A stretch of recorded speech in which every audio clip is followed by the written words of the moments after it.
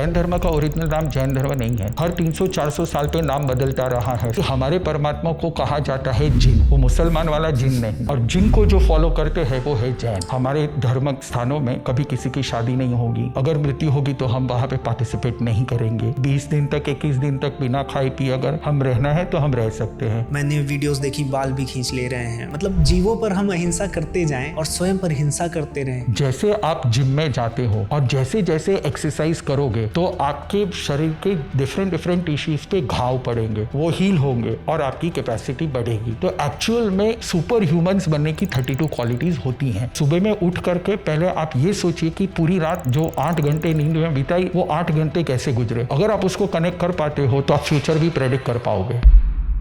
जैन धर्म अहिंसा को सर्वोपरि रखता है। अगर किसी स्त्री के साथ दुराचार हो रहा है तो वहाँ भी जैन धर्म बचाने नहीं आएगा। आपको शेर की आवाज़ निकालनी चाहिए जिससे जो दुराचारी है वो दूर भाग जाए। बिना आज्ञा के अगर मैं कहीं से टूथपिक तोड़ के मैं दांत साफ कर रहा हूँ, उतना सा कार्य भी मुझे नरक में लेके जाती है। जैसे आप यहाँ पे बैठे हो तो यहाँ का जो चित्र है वो इस विश्व में रहेगा और भविष्य में ऐसे हो सकता है ऐसे कोई डिवाइसेस निकले कि इस समय में यहाँ की स्थिति क्या थी तो वो शायद डिटेक्ट कर लेगा, क्योंकि ये स्टोरेज होता है विश्व में, उसको क्वांटम स्टोरेज कहा जाता है। ये कर्म यही है। जैसे आपने ब्रह्मचर्य बोला तो इसमें तो ब्रह्म शब्द आया जो कि वेदों से शब्द आता है। ये जो बोला जाता है कि फिर वेद को नहीं मानते जैन धर्म इसलिए नास्तिक हैं। उसको बम शब्द यूज किया गया है। ब्रह्म नास्तिक का मतलब नहीं है। क्या नहीं है तो कि ईश्वर इस विश्व का कर्ता नहीं है। अगर हम अहिंसा पर इतने अडिग हैं तो हमारे देश पर अगर आक्रमण हो जाएगा फिर जैन धर्म कैसे लड़ेगा।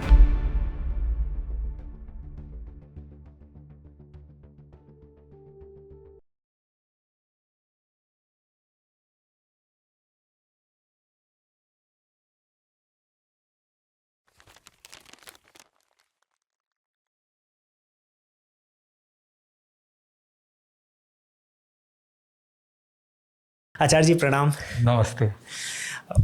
हम सभी का सौभाग्य है, टीम का सौभाग्य है कि हाइपरक्वेस्ट पर हम आपको होस्ट कर पा रहे हैं। जैन धर्म दर्शन पर आज हम चर्चा करेंगे।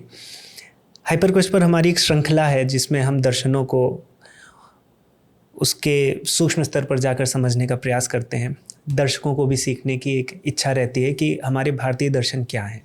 दर्शन की बात होती है तो आस्तिक दर्शनों पर तो हम चर्चा करते ही हैं। नास्तिक दर्शन है जैसे जैन धर्म है, बौद्ध धर्म है। हैं तो सभी धर्म भारत की भूमि से ही निकले हुए सभी जीवन शैलियाँ हैं और अगर उद्देश्य देखा जाए तो हम सभी का दुखों से मुक्ति ही है। हम चाहे मोक्ष की बात करें, चाहे हम निर्वाण की बात करें या फिर हम कैवल्य की बात करें। अब मेरा ये था कि हम नास्तिक दर्शनों पर भी बात कर लें, क्योंकि अगर किसी दर्शक को ऐसा लगता हो कि नास्तिक का मतलब ये हो गया कि धर्म से कोई लेना देना ही नहीं है, तो ऐसा नहीं है। जैन धर्म की भी जो परंपरा है एक साधना की परंपरा है और बौद्ध धर्म में भी है। तो मेरा सौभाग्य है कि मैं जैन धर्म पर आज चर्चा करूंगा आपके साथ। पॉडकास्ट को हम प्रारंभ करें। सबसे पहले हम कुछ उन प्रश्नों को मैं आपके समक्ष रखना चाहता हूं जो जहां पर कन्फ्यूजन्स ज़्यादा हैं। अगर आप मुझसे पूछेंगे, मेरी टीम से पूछेंगे तो जैन धर्म के बारे में, अब जैसे मैंने तो कुछ पढ़ लिया है तो मैं कुछ आपको बता सकता हूँ, लेकिन सामान्य व्यक्ति इतना जानता है कि जो जैन धर्म को फॉलो करते हैं वो लहसुन प्याज नहीं खाते हैं, नॉनवेज तो दूर की बात है, और बहुत कठोर उनका जीवन रहता है। इनफैक्ट मैं जब नया ज्वाइन किया था, इसके पहले BPCL में मैं था, तो मेरे कुछ मित्र थे जैन मित्र। तो वो क्या होता है, जब आपका ओरिएंटेशन होता है तो आपको 5 स्टार होटल में रुकाया जाता है। तो हमने तो खूब मज़े किए। सुबह भी नान खा रहे हैं, शाम भी नान खा रहे हैं, नई जॉब लगी है, पैसे पहली बार देखे हैं। बट जो डिसिप्लिन मैंने जैन धर्म के अनुयायियों का देखा कि वो अपना जो प्रिपेयर्ड भोजन है वही खा रहे हैं, उस चारों ओर बफे लगा हुआ है, आप कुछ भी खा सकते हैं। तो मेरे लिए वो बहुत ही प्रशंसनीय भी था और अनुकरणीय भी था कि इतना कैसे अनुशासन है। तो प्रथम प्रश्न हम एक पैराडॉक्स ही लेंगे कि ये तो मैं देख लिया हूँ कि जैन धर्म अहिंसा को सर्वोपरि रखता है, कि हमको जीव की हत्या नहीं करनी है, हमको ऐसा कोई भोजन भी नहीं लेना है, ना ऐसी कोई वार्ता करनी है, जीवन ऐसा जीना है कि अहिंसा सर्वोपरि रहे। लेकिन वहीं हमें दिखता है कि इतना कठोर जीवन है। मैंने हरमन ही इसकी सिद्धार्था पढ़ी थी, तो उसमें जब वो जैन धर्म को फॉलो करने जाता है तो कठोरतम जीवन को अनुभव करता है। तो इतना कठोर जीवन जिसमें मैंने वीडियोस देखी, बाल भी खींच ले रहे हैं, जीवन का अंत समय पर आमरण, संलेखना भी कर ले रहे हैं, तो क्या ये स्वयं पर हिंसा नहीं है? मतलब जीवों पर हम अहिंसा करते जाएं और स्वयं पर हिंसा करते रहें, तो ये एक पैराडॉक्स दिखता है मुझे। हाँ। कि स्वयं के साथ हिंसा हम क्यों कर रहे हैं? राइट। और इतना कठोर जीवन जीने की आवश्यकता क्या है? क्या जीवन पनिशमेंट है? मतलब ये जीवन हमारे लिए एक जेल है जिससे हमें निकलना ही है किसी भी कीमत पर। जैन धर्म का क्या दृष्टिकोण है? तो मैं शुरुआत यहाँ से करूँगा कि समाज में हमारे यहाँ पे 2 प्रकार के मार्ग हैं। एक भक्ति मार्ग है। अच्छा। और एक साधना मार्ग है। जैसे गुजरात वगैरह में हवेली पंथ चलता है, जहाँ पे वो लोग भागवत की कथा सुनाते हैं। अच्छा। रामायण की कथा सुनाते हैं। तो वो जो सुनाने वाले होते हैं और जो सुनने वाले होते हैं, वो भक्ति में प्राय करके अपने आप को खो देते हैं। और एक दूसरा मार्ग है साधना मार्ग, जो वर्तमान में बहुत ही कम लोग फॉलो कर रहे हैं। जैन धर्म का पीक पॉइंट ये साधना मार्ग है, और ये पनिशमेंट से बहुत ही ज़्यादा परे है। अगर आपको मॉडर्न एग्जाम्पल दूँ, एक मैनिफेस्ट करके वेब सीरीज़ आई थी, तो उसमें ये होता है कि कोई साइंटिस्ट है, किसी लोगों को एक आइलैंड पे, निर्जन आइलैंड पे लेके जाता है, कुछ एक ग्रुप को। वहाँ से जब लोग रिटर्न आते हैं तो पता चलता है कि सबकी कॉग्निटिव सेंस एक दूसरे से जुड़ी हुई है। सब फ्यूचर देख पा रहे हैं, एक दूसरे के मन को पढ़ पा रहा है। वो ग्रुप में एक पुलिस भी है, एक चोर भी है। अगर चोर चोरी करने के लिए जा रहा है तो पुलिस को पता चल रहा है कि वो चोरी क्या करेगा, और अगर चोर चोरी करने जा रहा है तो चोर को भी ये पता चल रहा है कि पुलिस मुझे कहाँ पे लेने आ रही है। खैर, ये तो लोगों के लिए था, पर उसमें एक रहस्य उन्होंने बताया था कि ये हुआ कैसे। तो जैसे निर्जन आइलैंड पे लेके गए और वहाँ पे कंटिन्यूसली कुछ समय तक उनको बेहोश रखा गया, और बेहोश रखने के दौरान उनको ऐसी ऐसी प्रक्रिया के अंदर से गुजरना पड़ा, life near to death. Electric shocks देना, पानी में डुबा देना, और जब हार्ट में प्रेशर बढ़ जाए तो वापस उनको वापस खींच लेना। तो जितना ज़्यादा पोटेंशियल बढ़ाने के लिए उन्होंने ये प्रयोग किए, धीरे धीरे ऐसे हुआ कि उनकी 5 इंद्रियां और उनका मन सतेज हो गया, कॉग्निटिव सेंसेस बहुत ऊपर आ गए। और फिर बाद में ये एक एक्सपेरिमेंट था जो उनको खुद को भी नहीं पता था, जो उसके विक्टिम्स थे उनको भी खुद को पता नहीं था कि हमारे साथ ये हो रहा है। पर बाद में जो रिजल्ट्स आए, जो रिपोर्ट्स आए, इसको हम साइड में रख दें।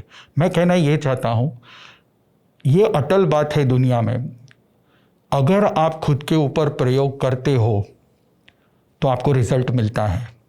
फर्क सिर्फ इतना है, दुनिया में जो साधना के प्रयोग होते हैं वो बहुत ही असात्विक प्रयोग होते हैं, जो एक्सॉर्सिज्म में होते हैं या कहीं और पे भी होते हैं, बहुत ही असात्विक प्रयोग होते हैं। सबसे सात्विक वर्जन साधना का खुद की पोटेंशियल को बाहर लाने का, मानव भाव के श्रेष्ठतम अनुभव को एक्सपीरियंस करने का अगर कोई प्रयोग है तो वो जैन धर्म है। जैन धर्म यही चाहता है कि आपके अंदर जो पोटेंशियल है उसको पूर्ण रूप से बाहर निकालिए, पूर्ण रूप से आप उसका अनुभव कीजिए। हर चीज़ का एक एक्सट्रीम लास्ट लेवल होता है, अगर उस लास्ट लेवल को आपको एक्चुअल में यहीं पे एक्सपीरियंस करना है तो जैन धर्म उसकी परम सात्विक साधना है। और ये साधना यूं ही नहीं बताई गई है, हर एक चीज़ का क्लासिफिकेशन है, और हर चीज़ का जैन धर्म की विशेषता ही यही रही है। जैसे आप अगर बाहर सुनेंगे कि पाप, तो आपको सिर्फ इतना ही चलेगा, पाप पता चलेगा पाप। पर जैन धर्म में पाप के 18 क्लासिफिकेशन, उसका भूत वर्तमान भविष्य में उसका क्या इफेक्ट होता है, पाप के 82 नेगेटिव इफेक्ट्स होते हैं, पूरा का पूरा क्लासिफिकेशन दिया गया है। तो जैन धर्म की विशेषता यही है कि जो आपको कहीं पे भी क्लासिफिकेशंस नहीं मिलेंगे, ज्ञान के बारे में, एक्सपीरियंस के बारे में, मानवता के बारे में, हमारी आत्मा के बारे में, उसके परिभाषाओं के बारे में, उसके टर्मिनोलॉजी के बारे में बहुत ही सटीक और क्लैरिफिकेशन के साथ ये सब दिया गया है। तो कहने का तात्पर्य ये है कि जैन धर्म में साधना का भी क्लासिफिकेशन और उसका वर्गीकरण बहुत ही डिवाइन दिव्य तरीके से दिया गया है कि अगर ये साधना यूं ही शुरू नहीं होती, जैसे मैंने भी अगर दीक्षा ली तो मुझे भाव हुए 16 साल की उम्र में, पर मैंने दीक्षा ली 23 साल की उम्र में। 5 साल तक हमको एक के बाद जैसे हम उपवास करते हैं तो हमने उपवास एक से शुरू नहीं किए हैं। पहले हमको एक साधना दी जाती है जिसको कहा जाता है पौरुषी, यानी कि आप अगर सूरज के नीचे खड़े रहो तो आपका जो शैडो है एग्जैक्टली आपके हाइट का ही होना चाहिए। अगर आप 6 फीट के हो तो आपका शैडो भी 6 फीट का होना चाहिए। तो ये कब होता है? जब सूरज 45 डिग्री ऊपर आता है तो उसको प्रहर कहते हैं। जैसे हमारे हिंदू धर्म में हम उसको प्रहर कहते हैं, वही प्रहर को हम पौरुषी कहते हैं। तो सबसे पहली साधना मैंने ये शुरू की कि पौरुषी तक खाना नहीं खाना है, इंटरमिटेंट फास्टिंग जिसको आज मॉडर्न ज़माने में कहते हैं। फिर 2 प्रहर तक नहीं खाना खाना है, फिर 3 प्रहर तक खाना नहीं खाना है, फिर 4 प्रहर खाना नहीं खाना है। इस तरह से साधना करते करते हमने एक ऐसा अचीव कर लिया कि 20 दिन तक 21 दिन तक बिना खाए पिए अगर हम रहना है तो हम रह सकते हैं। इसका भी सीजनल भी इफ़ेक्ट होता है। तो बारिश की सीज़न में हम ज़्यादा उपवास तपस्या करते हैं, गर्मी की सीज़न में बहुत कम करते हैं, ठंडी की सीज़न में मीडियम करते हैं। तो ऐसे बहुत सारे क्लासिफिकेशंस और साधना की पद्धतियाँ खुद को इवॉल्व करने के लिए, खुद के अंदर जो शक्तियाँ हैं उन शक्तियों को बाहर लेके आने के लिए क्लासिफाइड तरीके से, सात्विक तरीके से और बहुत ही कॉन्शियस तरीके से हमारे यहाँ पे जैसे हमारी संलेखना की बात हुई तो ऐसे किसी को दिया नहीं जाता है। जो कॉन्शियस होता है, जो उसको पता है कि अब मेरा डाइजेशन पावर ख़त्म हो चुका है, कुछ रह नहीं रहा है। हॉस्पिटल में अगर जाएंगे तो मल्टीपल ऑर्गन फेलियर देखना पड़ेगा, तो वो हो उससे अच्छा है कि क्लैरिटी के साथ, क्लासिफिकेशन के साथ हम खुद के साथ ही एक कमिटमेंट कर दे कि अब मुझे पर भाव में ट्रांसेंड होना है तो किस भाव से मुझे ट्रांसेंड होना है। ये तो सभी को पता है कि जैसे हमारे अंतिम क्षण में हमारे भाव होते हैं वैसी हमारी गति होती है। उस भाव को एक्सट्रीम लेवल, एक्सट्रीम पोटेंशियल निकाल लें, चाहे कोई भी स्थिति हो, चाहे आपके पूरा शरीर में एक भी इंद्रिय काम ना कर रही हो, पर अगर आपका कॉन्शियस है और आपके खुद के प्रति कमिटमेंट है तो वो भाव आपको अगले जन्म में मुक्ति की ओर अवश्य ले जा सकते हैं। और हमारे शास्त्र में तो यहाँ तक कहा गया है कि जैसे बार बार हम कहते नहीं है सो जन्म बार बार, यानी कि मनुष्य भाव का इम्पोर्टेंस इतना ज़्यादा है। जैन धर्म में ये कहा गया है कि मनुष्य का जन्म मिलना जितना इम्पोर्टेंट है उससे करोड़ गुना ज़्यादा मनुष्य के डेथ के टाइम पे जागृत रहना ये उससे ज़्यादा इम्पोर्टेंट है। तो आज भी अगर हम जब दीक्षा लेते हैं तो हमारे 3 मनोरथ होते हैं। यानी सबसे पहला मनोरथ यही होता है कि मैं ज़्यादा से ज़्यादा ज्ञान लूँ 20 साल तक। उसके बाद दूसरा मनोरथ ये रहता है मैं ज़्यादा से ज़्यादा एकाकीपन में साधना करूं, सब त्याग करके। और तीसरा मनोरथ ये होता है कि मृत्यु के समय में मैं जागृति पूर्वक सब त्याग कर दूं। ये 3 मनोरथ हर साधु के दीक्षा लेने के दिन होते हैं।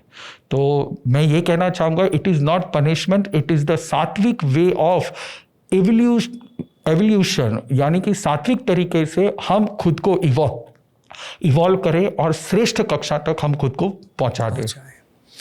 आचार्य जी, जैसे आपने बताया और जो मैंने भी स्टडी की है उसमें मुझे ये भी बहुत क्लैरिटी से दिखता है कि फ्रेमवर्क्स की जब बात आती है, क्लासिफिकेशंस की आती है, कैटेगराइजेशन की आती है, तो जैन धर्म बहुत डिटेल में जाता है। और मैंने जो प्रश्न पूछा था इसके पीछे रीज़न ये था कि मैं पुणे में एक इवेंट में गया था।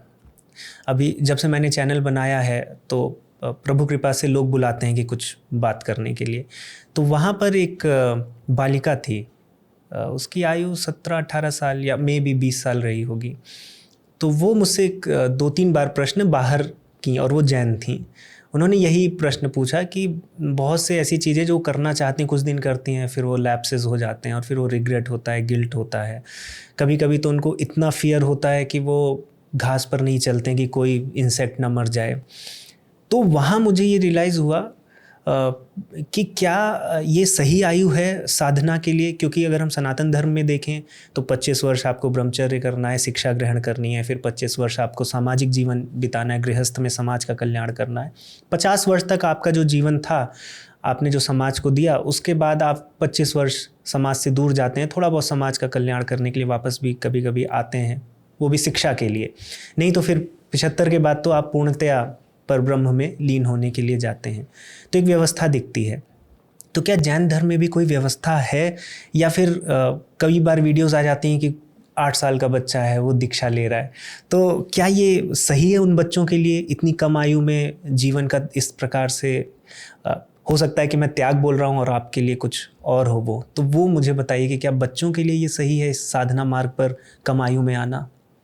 तो पहले एक डिफरेंशिएशन मैं बताऊंगा कि जैसे वर्तमान युग में भी आप कहीं ही फील्ड्स में जाओगे तो वहाँ दोनों तरीके आपको मिलेंगे, एक सात्विक लोग भी मिलेंगे और एक मैनिपुलेटेड लोग भी मिलेंगे।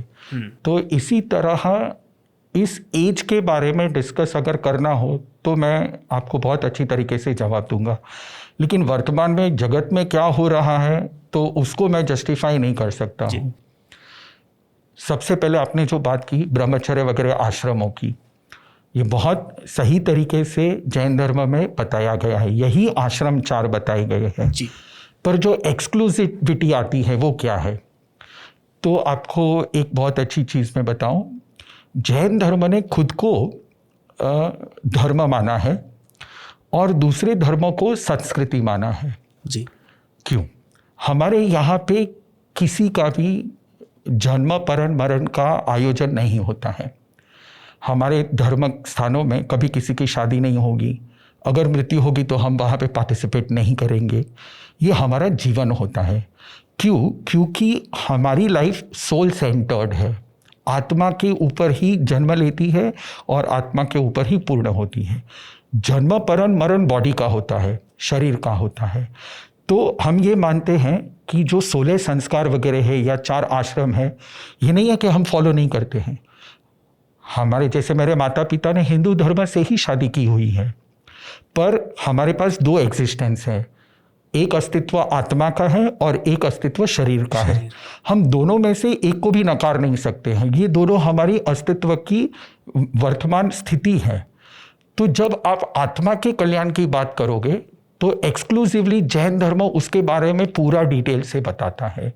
और जब आप बॉडी की बात करोगे तो जैन धर्म ये कहता है कि जैसे दयानंद सरस्वती जी ने आर्य समाज का निर्माण किया और उसमें 16 संस्कार का बहुत ही अच्छी तरीके से उन्होंने जो विश्लेषण किया है, उसी बात को जैन धर्म में अलग से दिया गया है, दैट इज फॉर बॉडी, शरीर के लिए। यानी अगर आप शरीर निर्वाह करते हो तो उसको इसी आश्रम से और आर्य समाज की जो व्यवस्था है उन्हीं व्यवस्थाओं से आपको गुजरना होता है। उसके बीच में से अगर आप साधना के लिए अगर आप लेते हो तो फिर आप जैन धर्म के जो सिद्धांत है तो तब वहाँ पे ये जो शरीर लक्षी जो भी हमारे कार्य हैं उनको फिर इग्नोर करते हैं। मतलब शरीर के जो कार्य हैं उसको हम संस्कृति मानते हैं, आत्मा के कार्य को जैन धर्म मानता है। मतलब ये निचोड़ है इस बात का। हाँ। और यदि कोई दीक्षा लेता है तो वो फिर जैन धर्म में जा रहा है तो आत्मोन्नति की ही तरफ जा रहा है। 100%। फिर उसमें आयु मैटर नहीं करती। जब उसका आयु मैटर करती है 8 साल। अच्छा, 8 साल मिनिमम। जैसे जैन धर्म में क्लासिफिकेशन दिया गया है तो 8 साल की उम्र तक, अब ये आपको जानकर शायद नया लगेगा, पर जैन धर्म ये कहता है, अगर पूर्ण तरीके से शास्त्र की बात करूंगा तो शायद समझ में ना आए, पर आपकी भाषा में अगर मैं बात करूंगा तो बालक जब माता के गर्भ में आता है तब नॉर्मल ड्रग्स का जो स्टिमुलेशन होता है उससे 2000 गुना ज़्यादा स्टिमुलेशन माता के गर्भ में होता है। और उसी स्टिमुलेशन की वजह से बालक जो है वो बढ़ता है, ही ग्रोज, मतलब वो जो नॉर्मल सेल्स होते हैं उसका मल्टीप्लिकेशन इसी की वजह से होता है, उतना पावर होता है जिसको ग्रोथ हार्मोन्स कहते हैं वर्तमान में विज्ञान में। ये जो ग्रोथ हार्मोन्स है वो 8 साल की उम्र तक आपके बॉडी को बढ़ाते हैं, फिर वो स्टेबलाइज होता है, फिर आपके इमोशंस को और इंटरनल आपकी जो गतिविधि है उसको वो फोर्स करते हैं। तो ये कहते हैं कि 8 साल की उम्र तक अगर आपका शरीर सौष्ठव अगर सही हो जाता है तो उसके बाद आप दीक्षा ले सकते हो। शरीर जब तक नहीं बना है तब तक आप दीक्षा नहीं ले सकते। 8 साल की उम्र शरीर सौष्ठव की पूर्णता बताई गई है। आचार्य जी, हम अहिंसा की बात कर रहे हैं, एक अंतिम प्रश्न और लूँगा, उसके बाद हम दूसरे विषय पर चलेंगे। कई बार ऐसा होता है और ये जो लोग आक्षेप लगाते हैं उनका भी प्रश्न रहता है, और एक कन्फ्यूज़न। मैं तो श्रद्धा से पूछ रहा हूँ, मेरे इसके पीछे कोई बुरे इंटेंशंस नहीं है। बस ये कि अहिंसा की जब बात आती है तो एक ये एनालॉजी दी जाती है कि यदि कहीं पर हिंसा हो रही है तो जैन धर्म उसमें लिप्त नहीं होता है, एज अ सेवियर भी नहीं आता है। तो मैं ये जानना चाहूँगा, अगर हम एक एग्जांपल से भी समझना चाहें कि किसी गांव में एक जैन बस्ती है और उस पर आक्रमण हो जाता है, तो जैन धर्म के जो अनुयायी हैं उनका क्या मतलब अप्रोच होगा, रिएक्शन होगा? क्योंकि इसमें बहुत हद तक भी ले जाते हैं। लोग कहते हैं अगर किसी स्त्री के साथ दुराचार हो रहा है तो वहाँ भी जैन धर्म बचाने नहीं आएगा। कहीं मैंने सुना था ये सब मिसकंसेप्शंस हैं कि आपको शेर की आवाज़ निकालनी चाहिए या किसी जंगली जानवर की आवाज़ निकालनी चाहिए जिससे जो दुराचारी है वो दूर भाग जाए। तो ये सब प्रैक्टिकल नहीं लगता है। तो इस पर आप क्या कहना है? तो ये जो स्त्री को बचाने नहीं जाना है, ये जो बात है, ये बात कॉन्सेप्चुअलाइज इस तरीके से करी गई है कि जैसे जैन मुनियों के लिए ये बात है, कोई श्रावक के लिए या नॉर्मल जो गृहस्थ है उसके लिए ये बात है ही नहीं। ये जो बात है वो साधकों की बात है जो साधना के पथ पर है, और वो भी एनालॉजी के तौर पर यूज़ किया गया है। इट इज़ नॉट कि हमको बचने नहीं जाना है, एनालॉजी के तौर पर यूज़ किया गया है कि उसमें अलग अलग दृष्टांत दिए गए हैं। सबसे पहला दृष्टांत है भक्करम पीव डठुणम डिट्ठी पड़ी समाहरे, यानी कि जैसे आप सूरज को देखते ही आपकी आंख रिटर्न हो जाती है, समाहार हो जाती है, इसी तरह किसी स्त्री के ऊपर अगर आपकी दृष्टि जाए तो आपको समाहार करना है। वो ब्रह्मचर्य के लिए बताया गया है कि यदि कोई दुराचारी किसी स्त्री के साथ अगर दुराचार कर रहा है और अगर जैन मुनि वहाँ पे ध्यानस्थ हैं और उसका मन शुद्ध होता है तो उसको समाहार करना चाहिए और उसको बचाने भी नहीं जाना चाहिए, क्योंकि उसके स्पर्श मात्र से उसके मन विचलित हो सकता है, स्टिमुलेशन हो सकता है। ये सिर्फ एनालॉजी दी गई है, इट इज नॉट प्रैक्टिकल। यानी कि ब्रह्मचर्य का कितना इंपॉर्टेंस है वो बताने के लिए ये सिर्फ एक एग्जाम्पल दिया गया है। हम बहुत बार ऐसा होता है कि हमारे जो शास्त्र ग्रंथ होते हैं वो नॉर्मल अनुयायियों को पढ़ने दिए नहीं जाते हैं, इसी कारण से, क्योंकि गुरु गम से अगर आप लेते हो तो आपको सही मीनिंग पता चलता है। अगर खुद से पढ़ने बैठोगे तो आपको ये लगा ले जैन धर्म में तो so this is show foolishness, ये नहीं है। और दूसरी बात, जैन धर्म स्पष्टपने से बिलीव करता है कि जो संसारी होते हैं उसमें 4 प्रकार के कर्म है। अच्छा। ब्राह्मण कर्म, क्षत्रिय कर्म, वैश्य कर्म और क्षुद्र कर्म। तो ये चारों कर्म कास्ट से कोई लेना देना नहीं है।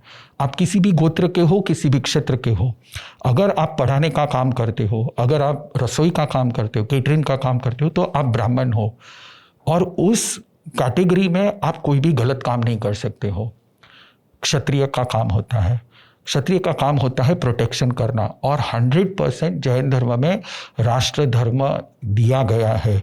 जैसे कि कोनिक महाराजा यानी अजातशत्रु का जो सबसे बड़ा युद्ध हुआ था नॉन हिस्ट्री में, जो सबसे बड़ा जिसमें लाखों लोग मरे थे, कलिंग देश का जो युद्ध हुआ था, उस युद्ध में भगवान के श्रेष्ठ श्रावक ने पार्टिसिपेट किया था जिनका नाम था चेटक महाराजा। अगर आप रिसर्च करोगे तो आपको पता चलेगा। He was a sharp shooter, यानी कि पूरे दिन में उसको 100 तीर लगेंगे। कोनिक महाराजा यानी अजातशत्रु के जो 99 भाई थे जो इसमें मैदान में उतरे थे, उनको एक दिन में एक ही तीर मार के वो गिरा देते थे, वो मर जाता था उस दिन। He was such A sharp shooter. वो भगवान के अनुयायी थे और उनकी जो जिम्मेदारियां थी, क्षत्रिय के हिसाब से जो जिम्मेदारियां थी, वो पूर्ण होकर के फिर जब उन्होंने जैन पंथ में आगे दीक्षा ली तो उनको मुक्ति भी मिली। तो कहने का तात्पर्य ये है कि आप जब शरीर की व्यवस्था के हिसाब से, संसार की व्यवस्था के हिसाब से, और आपको शायद पता होगा, आप अगर जैन धर्म में देखने जाओगे तो सब क्षत्रियों ने ही दीक्षा ली हुई है। जितने भी क्षत्रिय हैं, जितने भी बड़े बड़े चक्रवर्ती हैं, सभी ने दीक्षा ली हुई है। जैसे बिंबिसार श्रेणिक महाराजा हैं, उनके पुत्र कौनिक हैं। इनके समय के 18 राजा हुआ करते थे, 18 राजधानियां हुआ करती थी नॉर्थ ईस्ट इंडिया की। 18 ने भगवान के पास दीक्षा ली थी।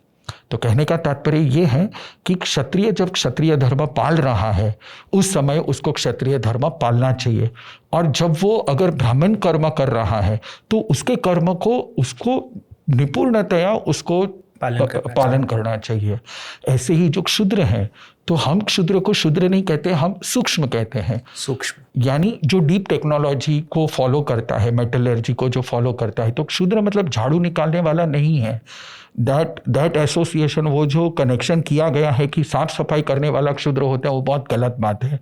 हमारे यहाँ पे बहुत क्लीन कहा गया है, जो भी आर्टिस्ट हैं, जो भी डीप जाते हैं किसी भी टेक्नोलॉजी में, अगर डीप जाते हैं, जो क्षत्रियों को भी हेल्प करते हैं, जो ब्राह्मण को भी हेल्प करते हैं, जो वैश्यों को भी ऑर्गेनाइजेशन में हेल्प करते हैं, वो क्षुद्र सूक्ष्म होते हैं। ऐसे तो इस तरीके से अगर आप संसार को फॉलो कर रहे हो तो वो आपका कर्तव्य है और वो उसकी परंपरा को आपको फॉलो करना है। तो ये बात अगर किसी को मिसकॉन्सेप्शन है कि जैन धर्म की अहिंसा तो इस तरह से बहुत गलत तरीके से या इम्प्रैक्टिकल तरीके से बताई गई है, ये सिर्फ एनालॉजी के लिए बताई गई है और वो भी मुनियों के लिए, साधकों के लिए बताई गई है कि you can not afford to. आप अगर दांत को साफ करने के लिए एक टूथपिक भी अगर लेते हो तो ये कहा गया है साधु के लिए कि बिना आज्ञा के अगर मैं कहीं से टूथपिक, यानी मान लीजिए कोई झाड़ू इधर पड़ा है और उसमें से ऐसे कांडी तोड़ के मैं दांत साफ कर रहा हूँ, उतना सा कार्य भी मुझे नरक में लेके जाती है, वो कर्म भी नरक में लेके जाता है। तो ये सब एनालॉजीज है कि अहिंसा तो किस स्तर पे अहिंसा पालन करना है, अचौर्य तो किस स्तर पे अचौर्य पालन करना है, ब्रह्मचर्य तो किस स्तर पे ब्रह्मचर्य पालन करना है। ये सब एनालॉजीज हैं और जब गुरुगम से नहीं मिलता, ये मिसकॉन्सेप्शन ज़्यादातर ब्रिटिश सरकार के समय में ज़्यादातर फैली, क्योंकि जो भी उस समय में मैक्स मुलर वगैरह जो थे, उन्होंने जो भी ट्रांसलेशंस किए, बहुत सारे ट्रांसलेशंस इम्प्रैक्टिकल तरीके से वहाँ से बताए गए। तो इस वजह से उस समय की बहुत सारी पत्रिकाएं भी रिलीज हुई हैं जो इन सारी मिसकॉन्सेप्शंस को निकालती हैं।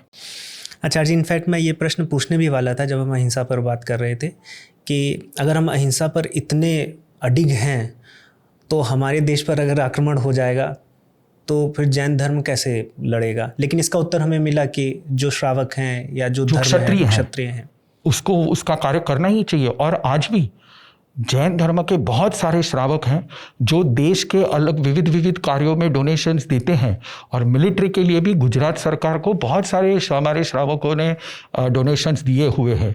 जहाँ पे देश की बात और राष्ट्र धर्म की बात आएगी, वहाँ पे जैन धर्म को बहुत स्पष्ट, क्योंकि पहले ही डिफरेंस हो गया है कि आत्मा और शरीर दोनों अलग है और दोनों को चलाने के लिए उसके खुद के रूल्स हैं, और जिस तरीके से रूल्स फॉलो होंगे उसी तरीके से हमको उसको प्रोटेक्ट करना होगा। इससे ये वाला तो हमने भाग देख लिया अहिंसा पर, नेक्स्ट भाग पर बढ़ेंगे। उससे पहले एक प्रश्न बस ये पूछूंगा, मेरे मन में आया है, आप शायद आपको उत्तर बताओ कि जैसे आपने ब्रह्मचर्य बोला तो इसमें तो ब्रह्म शब्द आया जो कि वेदों से शब्द आता है, तो क्या ब्रह्मचर्य के लिए जैन धर्म में और भी शब्द हैं कि ब्रह्मचर्य ही बोलते हैं? नहीं, ब्रह्मचर्य ही मुख्य है। आत्मचर्या, अच्छा, आत्मचर्य बोलते हैं। आत्मचर्या, और उसको बम्भम शब्द यूज किया गया है, ब्रह्म।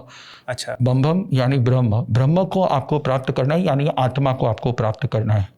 आत्मा है वही ब्रह्म है और ब्रह्म है वही आत्मा है, इस तरीके से उसका डेफिनेशन किया गया है। तो ये जो बोला जाता है कि फिर वेद को नहीं मानते जैन धर्म इसलिए नास्तिक हैं या ब्रह्म पर विश्वास नहीं करते हैं, तो ये क्या है फिर? हाँ, तो ये नास्तिक का डेफिनेशन दो चीज से आता है। सबसे पहला डेफिनेशन आता है ईश्वर कर्ता। अच्छा, क्या इस विश्व को ईश्वर ने बनाया है? ईश्वर ने, तो जैन धर्म कहता है कि इस विश्व को ईश्वर ने नहीं बनाया है, क्योंकि फिर से आपको एक क्वेश्चन आएगा तो ईश्वर को किसने बनाया?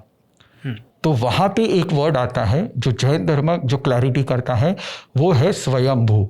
स्वयंभू, जैसे शंकर जी को हम रिस्पेक्ट देते हैं शंभू। शंभू वो देसी शब्द है, उसका संस्कृत शब्द है स्वयंभू, यानी सेल्फ मेड।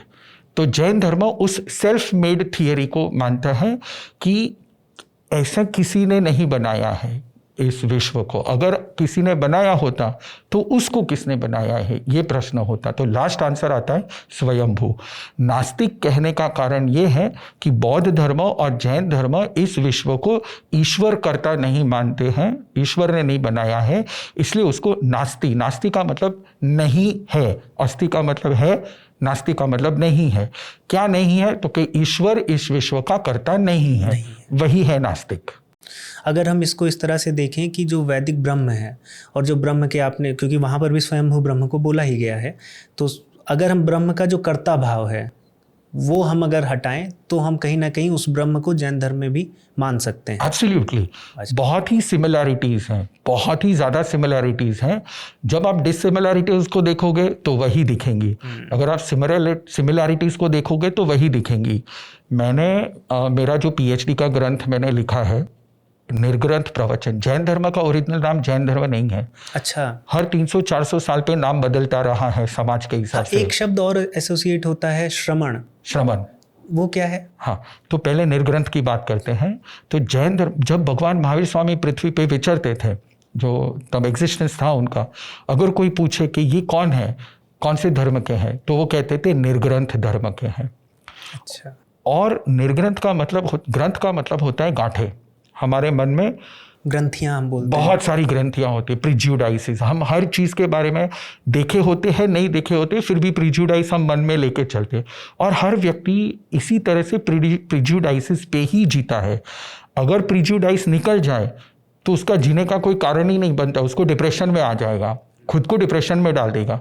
इन ग्रंथियों को साधना की पद्धति से हम निर्मूल करते, उसको कहते हैं निर्ग्रंथ। अब निर्ग्रंथ में भी दो प्रकार के जीवन हैं, एक है श्रावक जीवन और एक है श्रमण जीवन। श्रमण जीवन यानी मुनि का जीवन। अच्छा। तो मुनि को कहते हैं श्रमण और उनके धर्मों को कहते हैं श्रमण धर्म, और श्रावक जो होते हैं उनके धर्मों को कहते हैं श्रावक धर्म और श्रमण धर्म। और मुनि जिनके हेड है, जिस संघ के, उसको कहते हैं श्रमण संघ, श्रमणों का जो संघ है। तो भगवान महावीर जो थे वो अगर पूछेंगे कि कौन से भिक्षुक जा रहे हैं, तो कि ये श्रमण भिक्षुक जा रहे हैं जो घर का पूर्णतया त्याग कर देते हैं। और कौन से श्रमण है, तो कि निर्ग्रंथ श्रमण है। तो जैन शब्द कहाँ से आया? फिर उसके 3-4 साल, 300-400 साल के बाद धीरे धीरे जैसे हमारे डिफ्रेंशिएशंस होते गए, हमारे अंदर भी नए नए सेक्ट्स फॉर्म होते गए, दिगंबर, श्वेतांबर। तो उस समय पे जैसे जैसे समय बदलता गया और जैसे जैसे हिस्टोरिकली भी नए नए राज्य आते गए, बोलियां बदलती गई, शब्द बदलते गए, किसी किसी शब्दों को इम्पोर्टेंस मिला, तो ये जो बोलियां शब्द सब बदलते गए। फिर एक जो नाम आया वो था अर्हत भाषित। अच्छा। जो 700-800 साल के बाद, भगवान के निर्वाण के बाद, भगवान महावीर के निर्वाण के बाद 700-800 साल के बाद अर्हत भाषित ये धर्म का नाम प्रचलित हुआ। और पिछले 400-500 साल से जैन शब्द। क्यों? क्योंकि हमारे परमात्मा को कहा जाता है जिन। जिन जो विक्ट्री, वो मुसलमान वाला जिन नहीं, ये जिन होता है रसोई वाला जो जिन होता है, जिन जो विक्ट्री पाते हैं, जो जी धातु से जिसका उद्भव हुआ है संस्कृत में, जीत धातु है, जीतना, जितेंद्रिय। हाँ, जितेंद्रिय, वही जितेंद्रिय। तो जितेंद्रियों को कहा, अगर आपने इंद्रियों को जीत लिया तो आपको कहते हैं जिन, और जिन को जो फॉलो करते हैं वो है जैन। तो यहाँ से जैन शब्द आया हुआ है। अच्छा जी, भगवान महावीर जी की हमने बात की। एक कन्फ्यूज़न, या फिर हो सकता है दर्शक इसको भी जानना चाहें, हम सभी ने बचपन में रट्टा लगाया है कि 24 तीर्थंकर होते हैं जैन धर्म में, आदिनाथ जी से लेकर भगवान महावीर तक। तो यही एक प्रश्न मैं आपसे करूंगा कि फिर भगवान महावीर की इतनी प्रसिद्धि क्यों? मतलब ज़्यादा हम नहीं जानते हैं, ये जानते हैं 24 तीर्थंकर हैं, लेकिन अन्य जो जैन धर्म के तीर्थंकर हुए हैं उनके विषय में इतना हम नहीं जानते हैं, और भगवान महावीर जो हैं उनके विषय में तो पूरा देश ही जानता है। हाँ। तो ये प्रसिद्धि भगवान महावीर जी को क्यों है इतनी? एब्सोल्युटली। तो सबसे पहले हम बात ये करेंगे कि जैसे वेद में कलयुग और टाइम साइकिल बताई गई है, जैन धर्म में भी एक टाइम साइकिल बताई गई है। और उस टाइम साइकिल के स्पैन में एक एक साइकिल में 24-24 तीर्थंकर होते हैं। ये हिस्टोरिकल इवेंट नहीं है, ये फिनोमिना है, ये घटनाक्रम है। It happens all the time, हर बार होते रहता है। अगर आप बौद्ध धर्म को देखेंगे तो वहाँ पे कहा गया है 16 है बुद्ध। बुद्ध वो टाइटल है। गौतम बुद्ध जो है, नाम उनका सिद्धार्थ गौतम था। दीक्षा लेने का बाद उनका नाम हुआ तथागत बुद्ध। तथागत बुद्ध वो एनलाइटनमेंट का टाइटल है। तो ऐसे वो कहते हैं कि हर साइकिल में डिक्लाइन और इंक्लाइन की असेंडिंग डिसेंडिंग साइकिल होती है, उसमें 16 बुद्ध होते हैं। जो अंतिम बुद्ध हुए वो ये तथागत बुद्ध हुए।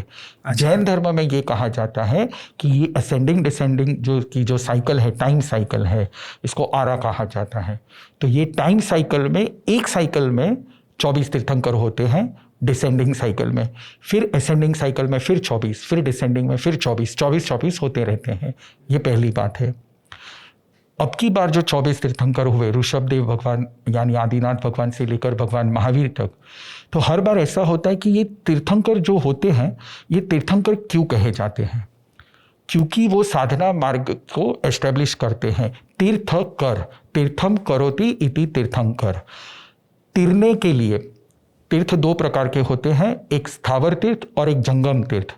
स्थावर तीर्थ यानी जैसे गंगा का तट है या किसी भी नदी का, पवित्र नदी का जो पवित्र तट है, वहाँ पे तीर्थ स्थान का निर्माण होता है, तो वो स्थावर तीर्थ है, स्थूल तीर्थ है। और एक जंगम तीर्थ यानी कि लोगों को तिराने के लिए जो साधु श्रमणों का निर्माण किया जाता है, उनको जंगम तीर्थ कहते हैं। ये आपके घर घर पे जाके आपको तिराने के लिए आते हैं, आपको उपदेश देते हैं, आपको सन्मार्ग बताते हैं, तो ये तीर्थ है। इस जंगम तीर्थ की जिसने स्थापना की है उसको तीर्थंकर कहते हैं। बहुत लोगों ने मुझे ये क्वेश्चन पूछा है, तीर्थंकर यानी पूरे इंडिया में कौन सी तीर्थ की स्थापना की है तो उनको तीर्थंकर कहते हैं। तो हम ये कहते हैं कि पूरे दुनिया में उन्होंने किसी भी स्थावर तीर्थ की स्थापना नहीं की, उन्होंने मनुष्यों को तीर्थ के समान बनने की प्रेरणा दी। आप तीर्थ बनिए, खुद भी तैरिए, दूसरों को भी तिराइए, तो इसलिए उनको तीर्थंकर कहा जाता है। अब होता यह है कि डिसेंडिंग काल में लोगों की बुद्धि धीरे धीरे कम होती है, तो तीर्थंकर परमात्मा जो भी हमें चारित्र निर्माण का और ज्ञान के निर्माण का जो भी हमें आदेश देते हैं, उस आदेश को फॉलो करते करते कुछ सालों के बाद वो कम हो जाता है।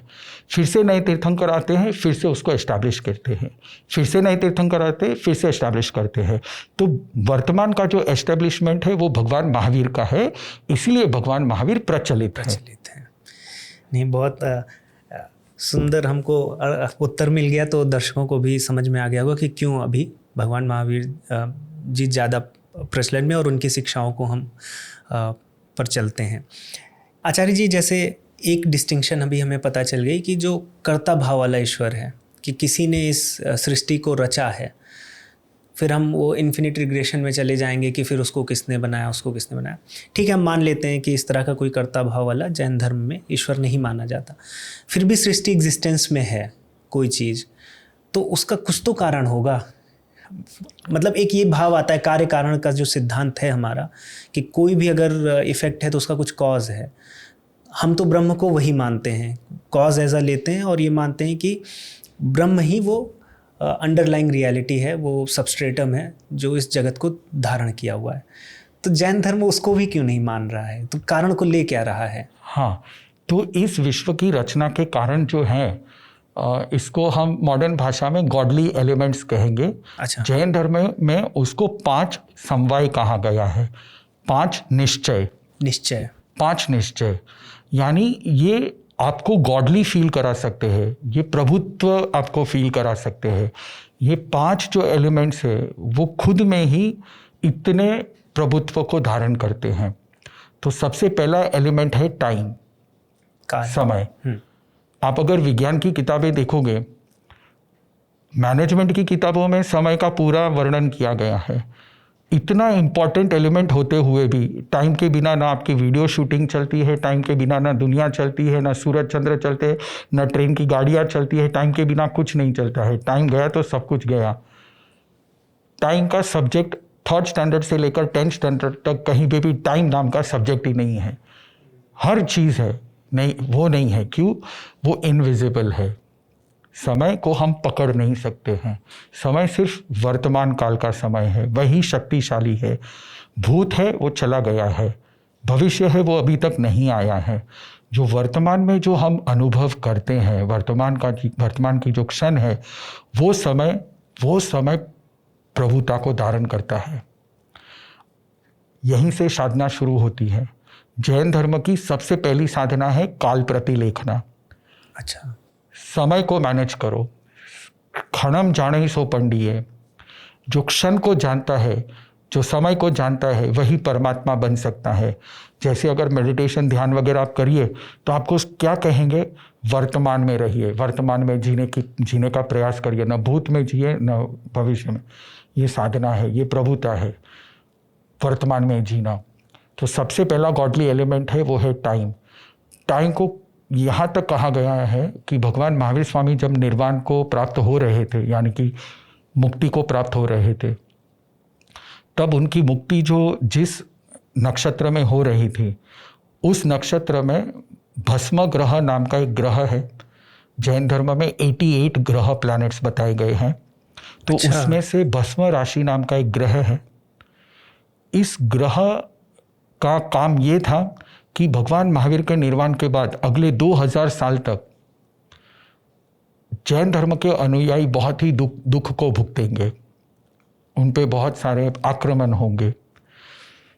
तो इंद्र महाराज ने उनको पूछा, भगवान आप कुछ समय के लिए रह जाइए, जैसे ही भस्म राशि ग्रह निकलेगा फिर आप मुक्ति को प्राप्त होइए, तो हमें अगले शासन के अगले 2000 साल हैं वो प्रोटेक्टेड रह जाएंगे। भगवान ने कहा, नो इणठे समठे, समय पे प्रभुता पाना किसी के बस की बात नहीं है। समय सबसे महान है, समय सबको चलाता है। तो सबसे पहला गॉडली एलिमेंट है समय, और हमारी साधना भी वहीं से शुरू होती है, काल प्रतिलेखना से जी। फिर दूसरा गॉडली एलिमेंट है वो है प्रकृति, नेचर, स्वभाव। जो इस विश्व में 2 प्रकार के पदार्थ बताए गए हैं, एक है जीव और एक है पुद्गल। तो पुद्गल का जो स्वभाव है और जीव का जो स्वभाव है, उनके मिश्रण से, प्रयोग से जो भी इस विश्व में निर्माण हो रहा है, परम्यूटेशंस, कॉम्बिनेशंस से होकर के इतनी सारी योनियां बन रही हैं, इतने सारे जीव के प्रकार बन रहे हैं कि उनके classification, biological classifications, chemical classifications, ये जितने भी हो रहे हैं वो प्रकृति का प्रकार है, वो प्रकृति की प्रभुता है, इसको हम नकार नहीं सकते हैं। तो प्रकृति की अस्मिता अनादि अनंत है, और इस प्रकृति की अस्मिता को स्वीकारना ही जैन धर्म की दूसरी बड़ी बात है। इसीलिए हम कहीं पे भी चल के जाएंगे या कहीं भी जाएंगे तो हमारा सबसे पहला काम ये होता है कि हम प्रकृति के जितने भी प्रकार हैं, जितने भी जीव हैं, जितने भी उसके अलग अलग आयाम हैं, उनमें से किसी की भी आशात ना हो, किसी को भी दुख ना पहुँचे, ये सबसे पहले दूसरा जो है वो हम प्रकृति को नमस्कार करते हैं। तो प्रकृति है वो प्रभुता है जी। तीसरा जो तत्व है, थर्ड गॉडली एलिमेंट, वो है लॉज ऑफ यूनिवर्स, विश्व के सिद्धांत जिस पर यह विश्व चलता है। फॉर एग्जाम्पल, एक छोटा सा लॉ लेंगे कि कोई भी हल्की चीज़ है वो आकाश में ऊपर जाती है और भारी चीज़ नीचे जाती है। ये लॉ जितना एक छोटे से पदार्थ पर लागू होता है, अंत तक वो लागू होता है। जैसे कि अगर हम ऊपर जाएंगे तो देवलोक मिलेंगे, नीचे जाएंगे तो नरक मिलेगी। यानी जितना अगर आपका कर्म कम है उतने आप ऊपर जाओगे और मुक्ति मिलेगी, जितना कर्म भारी है तो उतने आप नीचे नरक में जाओगे। तो ये विश्व के सिद्धांत है, हजारों सिद्धांत है। हर चीज़ अपने हिसाब से चल रही है और उसको अपने हिसाब से चलने देना। आप कुछ भी ज़बरदस्ती करने जाओ या ज़बरदस्ती करने जाओगे, ऐसे स्टिमुलेशन आप करोगे तो खुद भी दुखी होगे, दूसरों को भी दुखी करोगे। अब ये जो 3 हैं ये कलेक्टिव एलिमेंट्स है, समुच्चय कहते हैं इसको। अच्छा। यानी जो मुझ पे लागू होता है वही आप पे लागू होता है। जैसे कि बालक आज से बहुत सालों पहले, आज भी और भविष्य में भी 9 महीने के बाद ही जन्म लेता है। यानी महाभारत काल में जिनका भी जन्म हुआ उनका भी 9 महीने के बाद ही हुआ। ऋषभदेव भगवान का जन्म भी 9 महीने के बाद ही हुआ, आज भी हो रहा है और ये भविष्य भी होगा। ये है विश्व के सिद्धांत। अब 2 इंडिविजुअल एलिमेंट्स है, उसमें एक एलिमेंट है वो है कर्म, चौथा जो एलिमेंट है कर्म। तो कर्म क्या है? एक सिंपल बात है, हमारे यहाँ पे कर्म को एक व्यवस्था बताई गई है अकाउंटिंग की। कर्म क्या करता है? वर्तमान जैसे विज्ञान में वो कहते हैं कि हम जो भी कर रहे हैं उसका स्टोरेज होता है, उसको क्वांटम स्टोरेज कहा जाता है। जैसे आप यहाँ पे बैठे हो तो यहाँ का जो चित्र है वो इस विश्व में रहेगा। हम बात कर रहे हैं, ये जो चित्र है ये स्टोर हो जाता है। भविष्य में भी ये स्टोर हो जाता है। और भविष्य में ऐसे हो सकता है, ऐसे कोई डिवाइसेस निकले कि इस समय में यहाँ की स्थिति क्या थी, तो वो शायद डिटेक्ट कर लेगा, क्योंकि ये स्टोरेज होता है विश्व में। 2 स्टोरेज होते हैं, एक होता है विश्व में और एक होता है हमारी आत्मा में। तो हमारी आत्मा पे जो स्टोरेज होता है वो होता है कर्म। जैसे कि सीसीटीवी कैमरा होते हैं, वो क्या करते हैं, आपको कैप्चर करते हैं और उसकी इम्प्रिंट होती है हार्ड डिस्क पे। ये कर्म यही है, आप जो भी कार्य कर रहे हो उसको क्वांटम यानी एकदम माइन्यूट तरीके से उसको कैप्चर करना और उसको स्टोर करना, ये है कर्म। अगर आपने बुरा किया तो वो बुरा स्टोर करेगा और आपने सही किया तो वो सही स्टोर करेगा। अब ये कर्म और आत्मा के बीच में और एक सूक्ष्म शरीर होता है, इसको कहते हैं तेजस। ये जो तेजस जो शरीर होता है ये हर चीज़ को परिणमन करता है। जैसे कि अगर हम वेल्डिंग करते हैं तो वेल्डिंग करने के लिए 2 लोखंड के जोड़ों को हम गर्मी देते हैं तो उससे वो वेल्डिंग होती है। ये गर्मी जो है ये विश्व की बहुत ही बड़ी शक्ति है। तो हमारे पास भी एक शक्ति है जिसको कहते हैं तेजस। तो ये तेजस जो है वो आत्मा को और कर्म को वेल्ड करता है, और ये तेजस ही वो लाइट है। जैसे आपने पिछले पॉडकास्ट में आपने कहा था कि जैन धर्म आत्मा को रंग मानती है। आत्मा का रंग नहीं है, वो तेजस का रंग है। अच्छा, वो आत्मा का रंग नहीं है। और आपने पिछली बार एक बात बताई थी कि आत्मा को आकार दिया गया है, तो वो एक्चुअली आकार आत्मा को नहीं दिया गया है। जैसे वाटर है, वाटर के कोई आकार है नहीं है, वाटर जिस पात्र में जाता है वो आकार को लेता है। ऐसे आत्मा भी आकार बिना की है, उसकी बाउंड्री है, आत्मा की बाउंड्री है पर उसको आकार नहीं है। तो वो आकार कैसे लेगा, तो कि जिस शरीर में जाएगा वो आकार ले लेगा, जीव का आकार ले लेगा, पर उसको आकार नहीं है। इस तरह से जो कर्म है वो कर्म हमारे तेजस शरीर के कारण हमारे आत्मा पे स्टिक हो जाते हैं, और वो कर्म हम जो इम्प्रिंट्स है एग्जैक्टली सीसीटीवी। जैसे हम बहुत बार मजाक में छोटे थे बचपन में, तो दादी कहती थी ऐसा करेगा ना पाप लगेगा, और फिर नरक में तुमको जो नरक नारकी के देव होंगे वो एक एक चीज़ याद करा के रुला के तुमको पाप देंगे, उसकी पनिशमेंट देंगे। तो कर्म यही करता है। आपने जो एनवायरनमेंट इम्प्रिंट किया है, अगर डर का एनवायरनमेंट इम्प्रिंट किया है तो जब वो कर्म उदय में आएगा तो आपके आसपास पूरा भय का माहौल बनेगा। वही कर्म जो है हर चीज़ को स्टोर करके उसी चीज़ को आपके सामने लाके खड़ा करता है। तो ये कर्म की फिलॉसफी है। और कर्म ने इसको गॉडली क्यों मानते हैं, क्योंकि आज तक उसने किसी के साथ गलती नहीं की है। वर्तमान न्याय व्यवस्था में गलती हो सकती है कि जो निर्दोष है उसको दंड मिल जाए, और जो दंड जिसको मिलना चाहिए वो शायद निर्दोष छूट जाए। कर्म ने आज तक ये गलती नहीं की है, तो इसीलिए उसको गॉडली एलिमेंट, चौथा गॉडली एलिमेंट कहते हैं। वो इंडिविजुअल होता है, मेरा कर्म अलग होता है, आपका कर्म अलग होता है।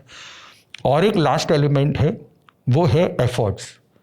अब ये एलिमेंट क्या करता है, एफर्ट्स, पुरुषार्थ, पराक्रम, ये एलिमेंट क्या करता है। बहुत मिसकॉन्सेप्शन है, नियतिवादी जो ये कहते हैं कि होने वाला होता है, प्री-डिसाइडेड है। ऐसा नहीं है।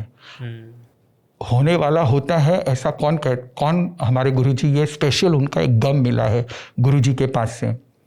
जो लाइफ में फेलियर्स होते हैं ना, वो इस नियतिवाद का बहुत यूज़ करते हैं। वो हर बार यही कहेंगे जो होने वाला है वही होता है, कुछ नहीं होता है, ये करने से कुछ नहीं होता है। उनको एफर्ट्स पे विश्वास नहीं होता है। पर जो सक्सेसफुल पीपल होते हैं वो हमेशा नियतिवाद का खंडन करेंगे, और वो सक्सेस को, एफर्ट्स को, पुरुषार्थ को, पराक्रम को प्राधान्य देंगे। और जैन धर्म ने हमेशा पुरुषार्थ को प्रधानता दी है, नियतिवाद को प्रधानता नहीं दी है, किसी भी मायने में दिया ही नहीं है। तो एफर्ट्स, अगर कोई आपको पूछे कि आपको क्या करना चाहिए, समय का काम कर रहा है, प्रकृति का काम कर रही है, विश्व के सिद्धांत विश्व खुद का काम कर रहा है, कर्म खुद का काम कर रहा है। आपको जो रास्ता चुनना है, द राइट डायरेक्शन, आत्मा को शरीर से मुक्त करने वाला जो मार्ग चुनना है, आत्मा की संपूर्ण उपलब्धि उसे जो करवानी है, वो है पराक्रम, वो है पुरुषार्थ। तो ये जैन धर्म है। जैन धर्म ने इन 5 तत्वों को गॉडली एलिमेंट्स माना है, क्योंकि ये 5 तत्व आपको प्रभुता की ओर लेके जाते हैं। और ये 5 को अपने आप में ही अनादि अनंत माना है, इसके लिए कोई कारण नहीं है? नहीं, इसके लिए स्वयंभू। स्वयंभू। एक तो हमने ये ईश्वर तत्व पर हम बात कर रहे हैं, फिर एक शब्द जो हम बहुत प्रचलन में है, और जो हिंदू सनातन धर्म तो भगवान शब्द तो बहुत ही प्रचलन में है, भगवान राम, भगवान कृष्ण। तो मैं देखता हूँ कि भगवान महावीर जो थे, उनका नाम भगवान या भगवान आप बोलते हैं? नहीं, उनको कहते हैं समरस भगवो महावीरस। अच्छा, यानी श्रमणों के जो भगवान है वो महावीर हैं। तो भगवान, फिर ये भगवान का कॉन्सेप्ट क्या है? तो भगवान के 15 अर्थ होते हैं। हमारे यहाँ पे एक ग्रंथ है जयध्वज करके। अच्छा। तो उसमें भगवान शब्द के 15 अर्थ बताए गए हैं। तो हमने जो भगवान शब्द का अर्थ लिया है वो कर्ता के विषय में नहीं लिया है, वो है तिराने के विषय में। जैसे फॉर एग्जाम्पल, अगर किसी डॉक्टर के पास आप जाते हो और अगर वो आपको बचा लेता है तो आप कहोगे कि ये डॉक्टर मेरा भगवान है। वैसे भगवान महावीर स्वामी ने हमको बचाने का, संसार से को पार पाने का, तिरने का जो मार्ग बताया है।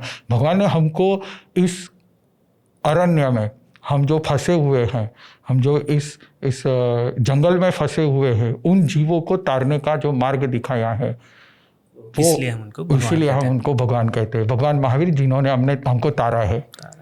एक 2-3 चीज़ और मुझे जैन धर्म की विशिष्ट पता चली, क्योंकि सनातन धर्म भी वास्ट है, जैन धर्म भी वास्ट है, बौद्ध धर्म भी। आप किसी एक ग्रंथ 2 ग्रंथ में ही जीवन निकल जाएगा।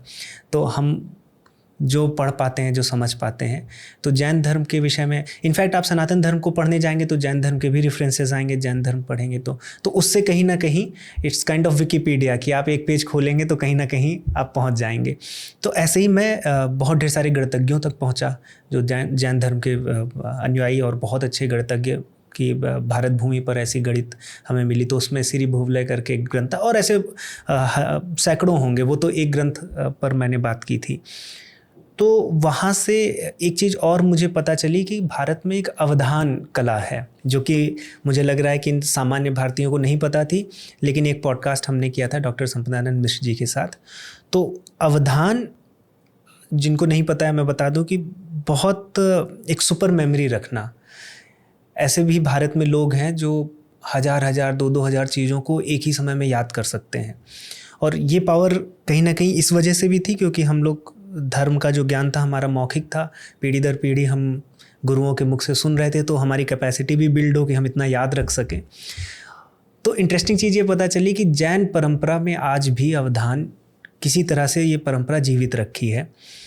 मुश्किल से 90-100 कुछ अवधानियों की संख्या बता रहे थे वो, उनका रिसर्च है कि इतने ही भारत में बचे हैं। इससे ज़्यादा तो टाइगर्स होंगे मुझे लग रहा है। तो वो उनको बचा के रखना, और उसमें भी जो जैन परंपरा है, बहुत ढेर सारे आयोजन जो होते हैं, उनकी भी वीडियोस हमने की, रील्स बनाई।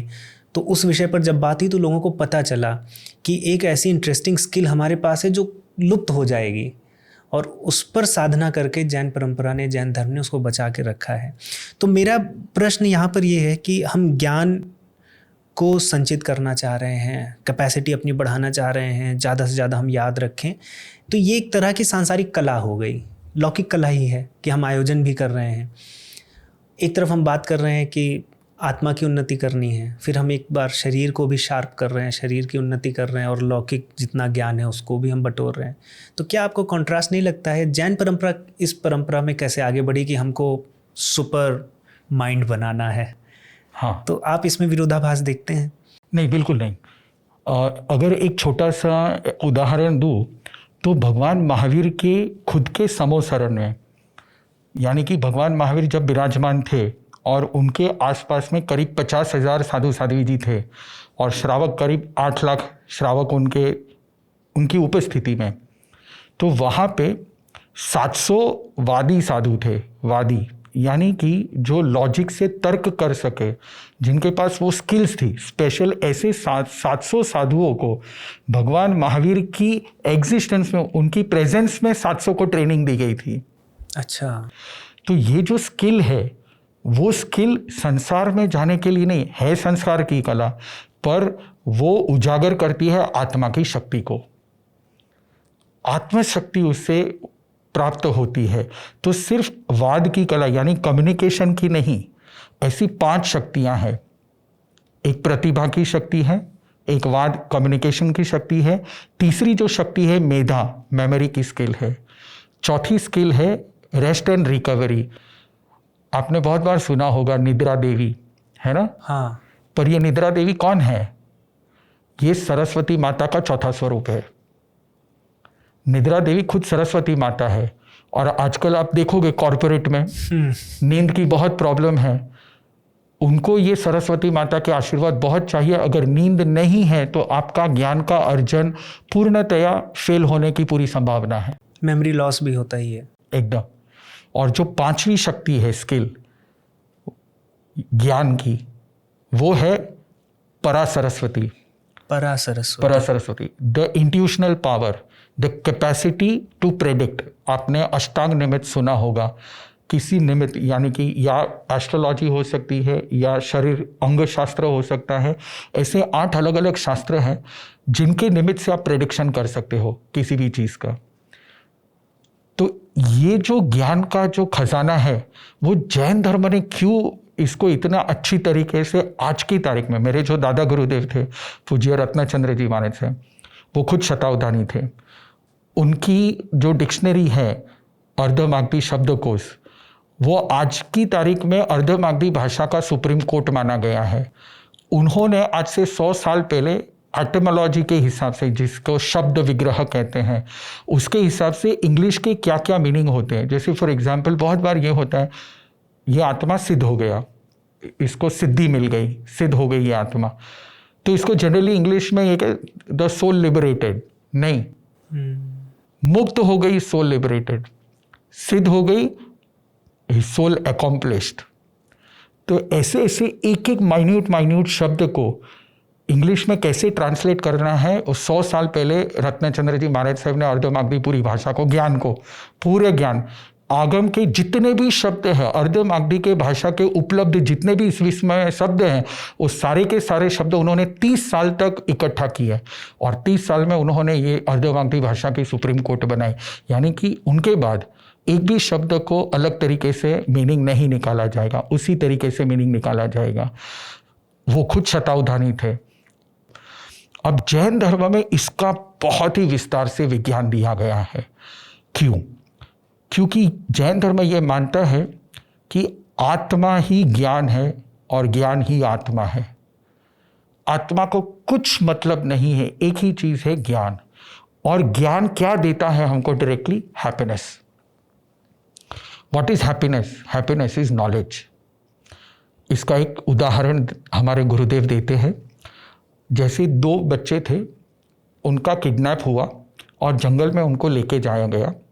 दोनों को सेलो टेप से और जितने भी बांधने के सूत्र वगैरह होते हैं उनको बांध के, उनको रैप करके जंगल में फेंका गया दोनों को। अब पहले एक को फेंका गया, फिर दूसरे को फेंका गया। 2 घंटे के बाद जो किडनैप करके लेके गए थे वो वापस आए और पूरा उनको दोनों को खोला, तो एक के शरीर पे पूरा लहूलुहान था और दूसरे के शरीर पे एक खरोच भी नहीं थी। तो पहले मित्र ने दूसरे मित्र को पूछा, अरे तेरे शरीर पे खरोच नहीं है? तो जिसके शरीर पे खरोच नहीं तो उसने पूछा, अरे इतनी सारी खरोच है तेरे बॉडी पे, कैसे? तो जिसके शरीर पे खरोच नहीं थी उसने कहा कि उन्होंने तुझे पहले फेंका, दूसरे नंबर पे मुझे फेंका। तो जब मुझे फेंक रहे थे तब गाड़ी का जो ड्राइवर था उसने इससे पूछा, इसके कलीग से, कि कब आना है वापस खोलने के लिए? तो उसने बोला 2 घंटे के बाद। उसने कहा मैंने ये सुन लिया था तो मैं शांति से बैठा था, शायद तूने ये नहीं सुना था इसलिए तू व्यग्र हो गया, यू बिकेम एग्रेसिव और खींचने लगा खुद को खोलने के लिए। मैं शांति से बैठा था। मतलब कि जिसके पास ज्ञान है उसके पास शांति है, उसके पास खुशी है, उसके पास पीस है। और जो अज्ञानी है, इग्नोरेंट है, उसके पास एग्रेशन है, क्रोध है, अहंकार है, हर चीज़ उसमें आती है। तो जैन धर्म का सबसे पहला, हमारा भी सबसे पहला मनोरथ यही है कि हम ज्ञान को प्राप्त करें। हमारा जीवन ही ज्ञान में बीतता है। जैसे कि अब कोरोना का समय आया तो सब हमको पूछने लगे, गुरुजी अकेले मंदिर में क्या कर रहे थे आप? ज्ञान की आराधना कर रहे थे। मैंने जब दीक्षा ली उसके पहले एक टाइम टेबल मेरे गुरुजी ने बनाया। दीक्षा लेने के 20 साल तक तुम क्या पढ़ोगे, हर साल कौन सा ग्रंथ पढ़ोगे। दीक्षा लेने से पहले, दीक्षा के बाद जब तक मुझे 20 साल नहीं होते हैं तब तक हर साल मैं कौन सा ग्रंथ पढ़ूंगा और एक साल में पूरा ग्रंथ मुझे कंप्लीट करना है, उसका पूरा टाइम टेबल बनाया है। और मैं और एक बात बताना चाहूँगा कि जब मेरी दीक्षा हुई उससे पहले दीक्षा के वक्त हम करीब करीब 700 नियम ग्रहण करते हैं। 700 नियम याद रखना ही मुश्किल है तो ग्रहण करना तो बहुत दूर की बात है। पर ये 700 नियम हर चीज़ के बारे में होते हैं, यानी कैसे खाना है, कैसे चलना है, कैसे बोलना है। एक एक चीज़ के 47, किसी के 96, 196 लॉज हैं। हम भिक्षा लेने के लिए जाते हैं, उसमें 196 लॉज लागू होते हैं। उसी तरह से भिक्षा लानी है। अहिंसा वगैरह का जो हम पालन करते, तो अहिंसा का भी कैसे पालन करेंगे, गांव में कैसे पालन करेंगे, शहर में कैसे पालन करेंगे, सूक्ष्म जीवों के साथ कैसे व्यवहार करेंगे, स्थूल जीवों के साथ कैसा व्यवहार करेंगे, हर चीज़ के बारे में डिटेलिंग से लॉज दिए गए हैं। तो करीब 700 नियम। इन 700 नियम से ऊपर सबसे पहला नियम गुरुजी ने बताया कि तू मुझे प्रॉमिस दे कि जिंदगी भर कभी तू दुखी नहीं होगा। मैंने उस दिन प्रॉमिस दे दी कि मैं कभी भी दुखी नहीं होगा, मैं कभी रोऊंगा नहीं, कभी दुखी कोई भी परिस्थिति है मैं हमेशा हंसूंगा, हंसते रहूंगा। और इस हंसने का जो मूल मंत्र है वो है ज्ञान। जितना आपके पास ज्ञान सागर बड़ा है उसको कहा जाता है श्रुत समुद्र। ये ज्ञान का इतना बड़ा समुद्र है, आप उसमें गोते लगाते जाओ और आपको रत्न मिलते जाएंगे, हीरे मिलते जाएंगे। वर्तमान में भी आप जैसे जितने भी पाठक हैं, जितने भी जो फिलॉसफी को पढ़ते हैं, आपको भी पता होगा, आप एक ही ग्रंथ को 10 बार पढ़ो और 10 बार आपको उतनी खुशी मिलती है। Knowledge is happiness. साधु जीवन का, हमारी हैप्पीनेस का अगर मूल मंत्र है नॉलेज है। नॉलेज एक ही चीज़ है, नॉलेज, ज्ञान पहली साधना है। अब इस ज्ञान को किसी भी चीज़ के लिए स्पेसिफिक ग्रंथ नहीं दिया गया है। जैन धर्म में एक आगम, पूरा का पूरा आगम एक ही चीज़ के लिए दिया गया है डिफाइन करने के लिए, वो है ज्ञान। टेस्ला ने जो न्यूरोलिंक का फॉर्मूला निकाला है अभी वर्तमान में, वो जानकर भी मुझे आश्चर्य नहीं हुआ, क्योंकि it is exactly the mechanism of our brain. ये जो कंप्यूटर है, ये कंप्यूटर एग्जैक्टली मैकेनिज्म है हमारे ब्रेन का। तो जो ज्ञान का जो डेफिनेशन दिया गया है, एक है इंद्रिय से हम ज्ञान को ग्रहण करते हैं, और एक है बिना इंद्रियों के डायरेक्ट आत्मा को ही, आत्मा का जो ज्ञान का जो स्वरूप है वही उसको ज्ञान का पता चलता है, वो आत्मा का ज्ञान है। तो आत्मा को जो ज्ञान है उसको जैन धर्म में प्रत्यक्ष कहा गया है।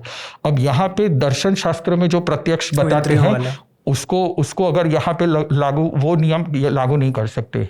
आत्मा को डायरेक्ट ज्ञान है तो उसको प्रत्यक्ष, उसको एक संज्ञा दी गई है प्रत्यक्ष ज्ञान।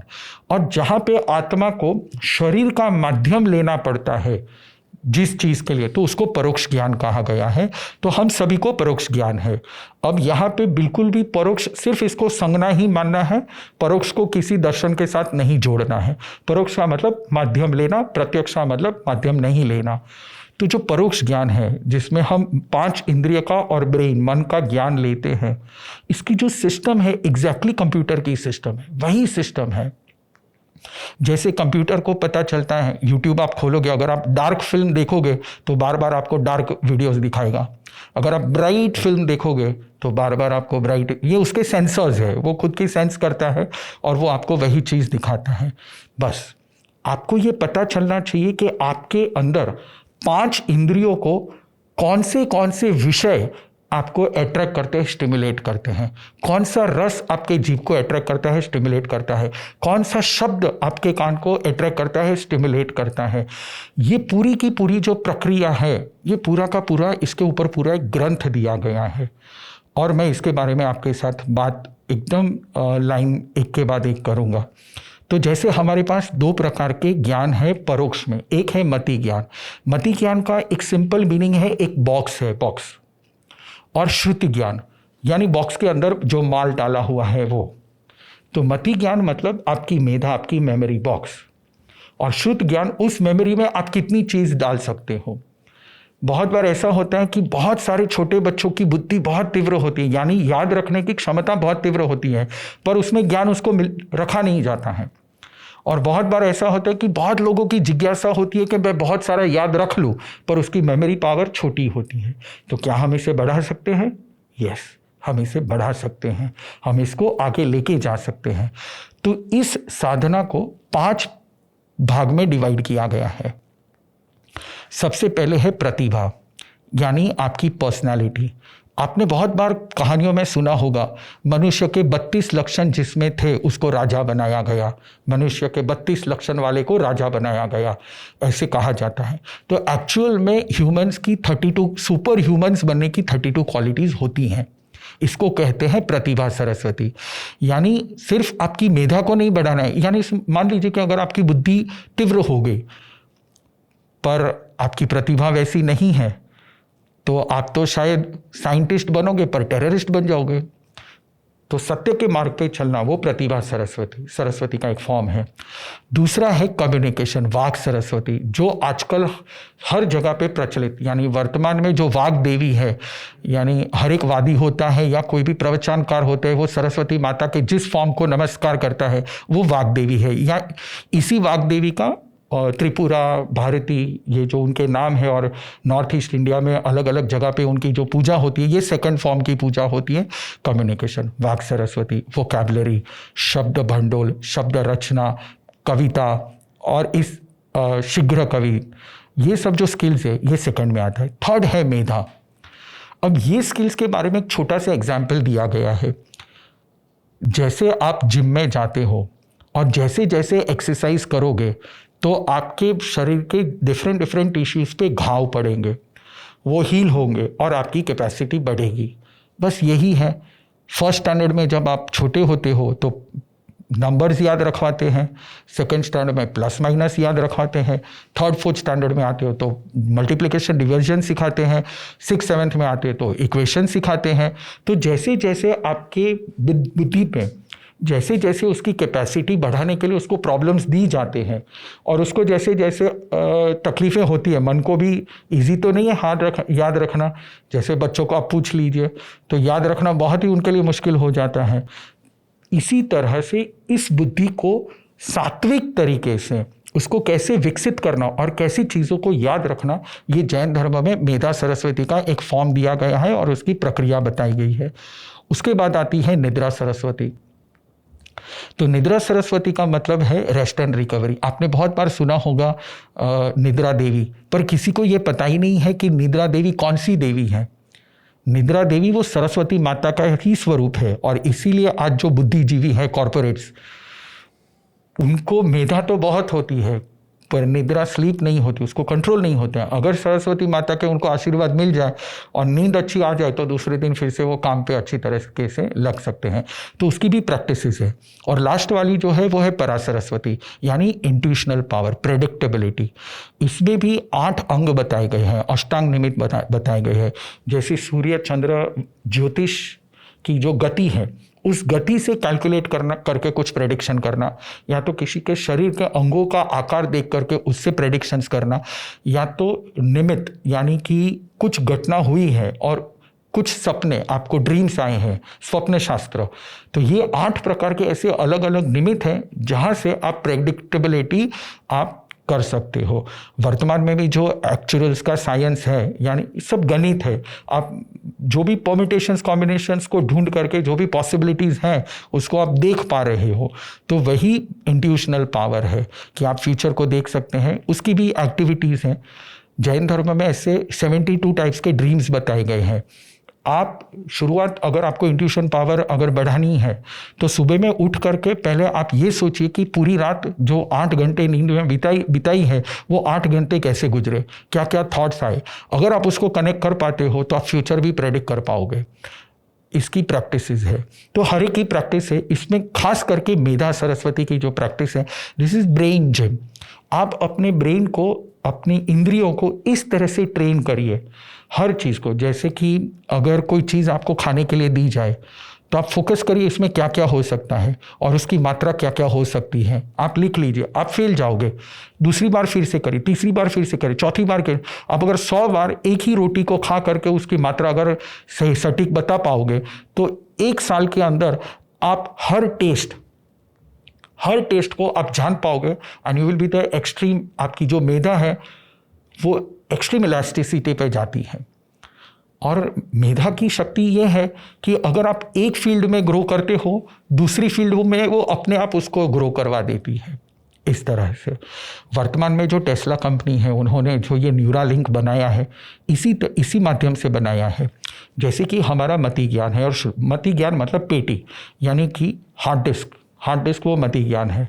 और उसके अंदर जो सामान है हार्ड डिस्क, अगर 32 GB की पेटी है तो उसमें इतना सारा सामान आ सकता है। इसी तरह हमारी जो मेमोरी है, जो मति ज्ञान है, अगर वो विकसित है तो उसमें श्रुति ज्ञान, जो बाकी का ज्ञान है, श्रुति सुन करके जो ज्ञान मिलता है वो उतना भर पाते हैं।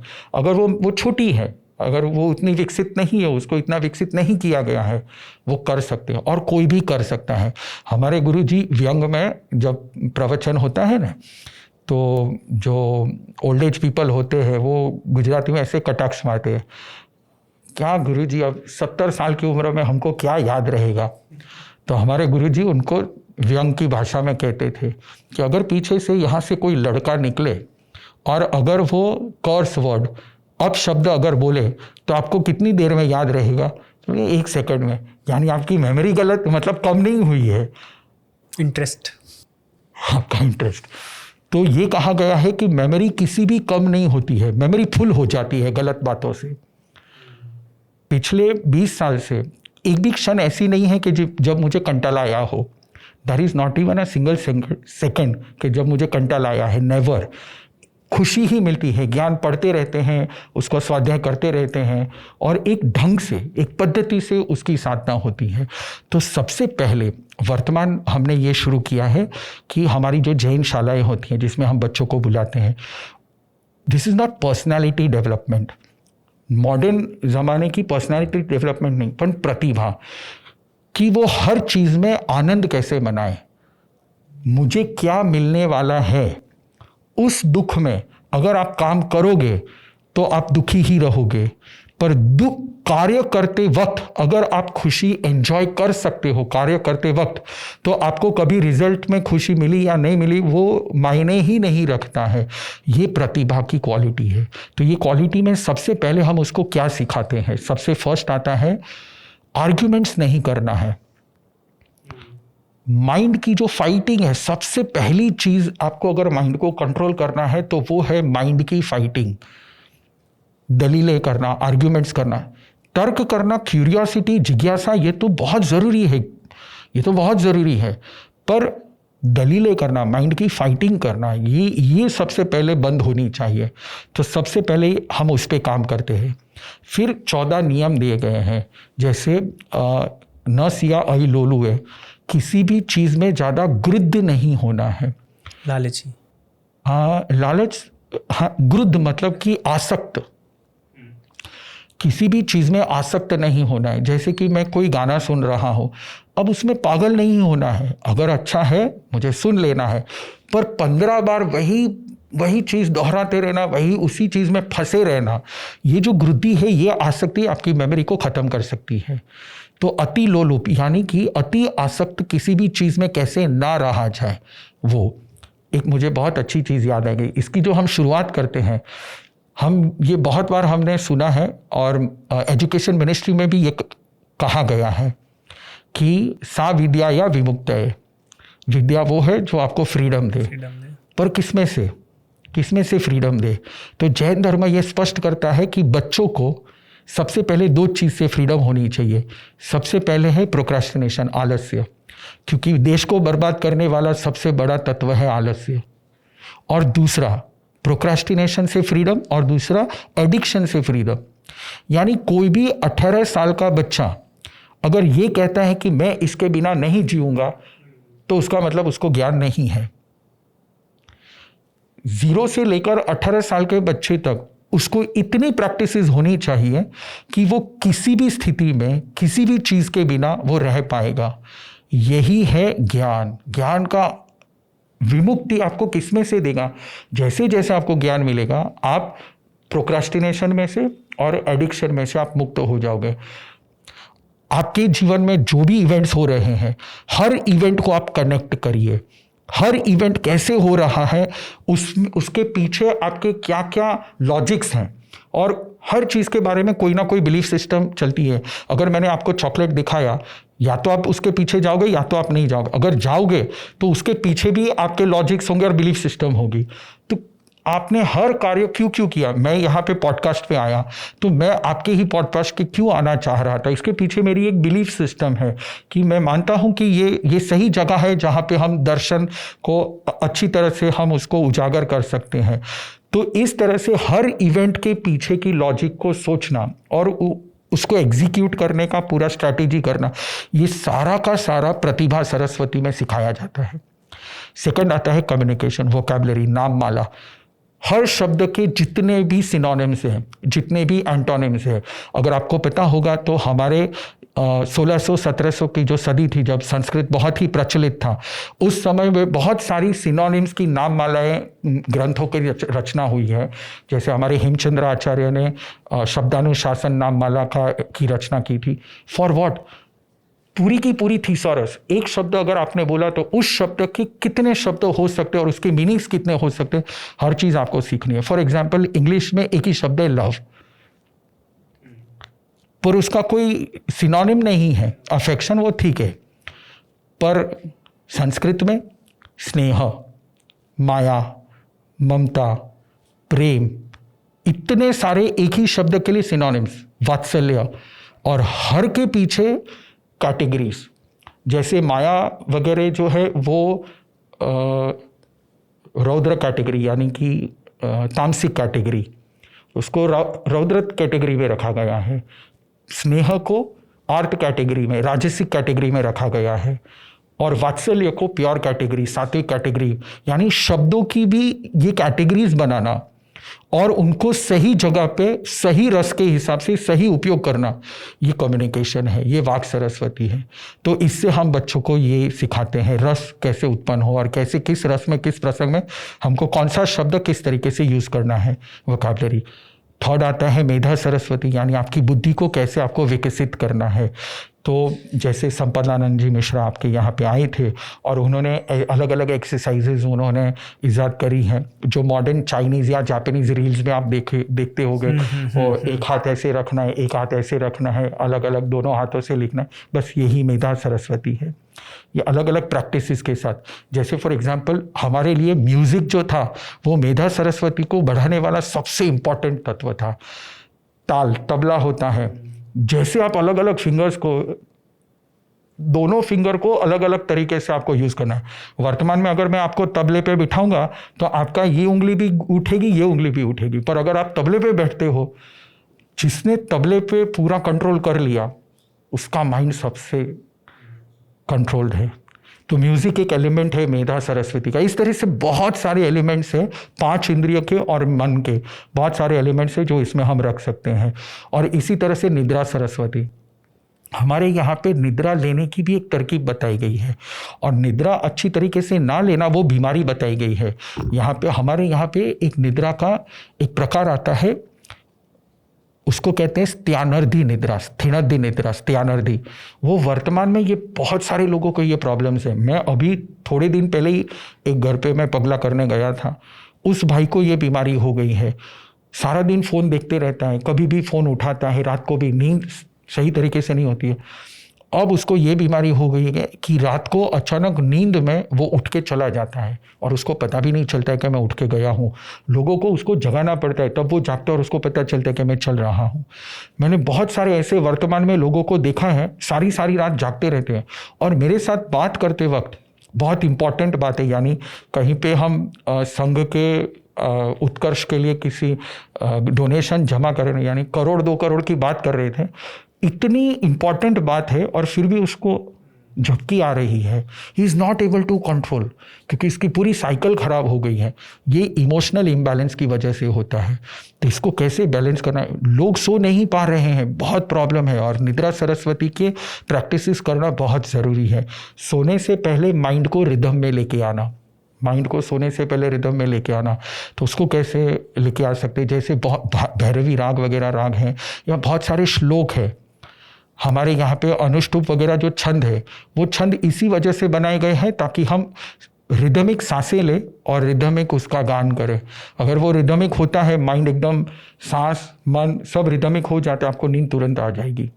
तो इस तरह से बहुत सारी निद्रा की प्रैक्टिसेस हैं, और परासरस्वती इंट्यूशंस। तो ये जो 5 प्रकार की प्रैक्टिसेस है, वो हमारे पूरे जैन धर्म के सभी साधु साध्वी जी को फॉलो करवाया जाता है।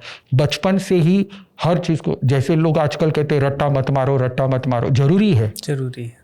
ये बहुत गलत बात है कि रट्टा मत मारो। हाँ, ये बात ये है कि जिस चीज़ को समझना है उस चीज़ को समझो, और जिस चीज़ को मुखपाठ करना है उस चीज़ को मुखपाठ करो। हम बचपन से जैसे गाथाएं याद करते, तो जैसे मैंने सबसे पहले दशवैकालिक सूत्र के 700 गाथाएं मैंने याद की। तो पहले मेरी कैपेसिटी ये थी कि मैं एक दिन में सिर्फ 5 श्लोक याद कर पाता था। धीरे धीरे 6 महीने के अंदर मेरी ये कैपेसिटी हो गई कि मैं दिन के 50 श्लोक याद कर पाता था। यानी सुबह में अगर मैं 5 बजे बैठा, 7 बजे, तो शाम को 6 बजे तक 50 श्लोक। और दूसरे दिन अगर आप पूछोगे तो मैं वो उसी क्रम से, अगर व्युत क्रम से पूछोगे तो व्युत क्रम से, अगर नंबर से पूछोगे तो तू 25वां श्लोक बोल, तो मैं बोल पाता था।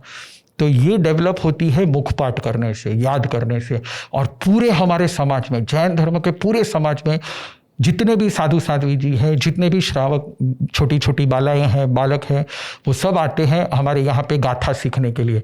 और उस वजह से लिटरेसी रेट हमारे यहाँ पे जो ज्ञान की प्रति, प्रैक्टिकली आप देखोगे कि हर जैन में लिटरेसी रेट 96% है। कुछ हैं उनकी परिस्थितियाँ वैसी होंगी या नहीं कर पा रहे होंगे।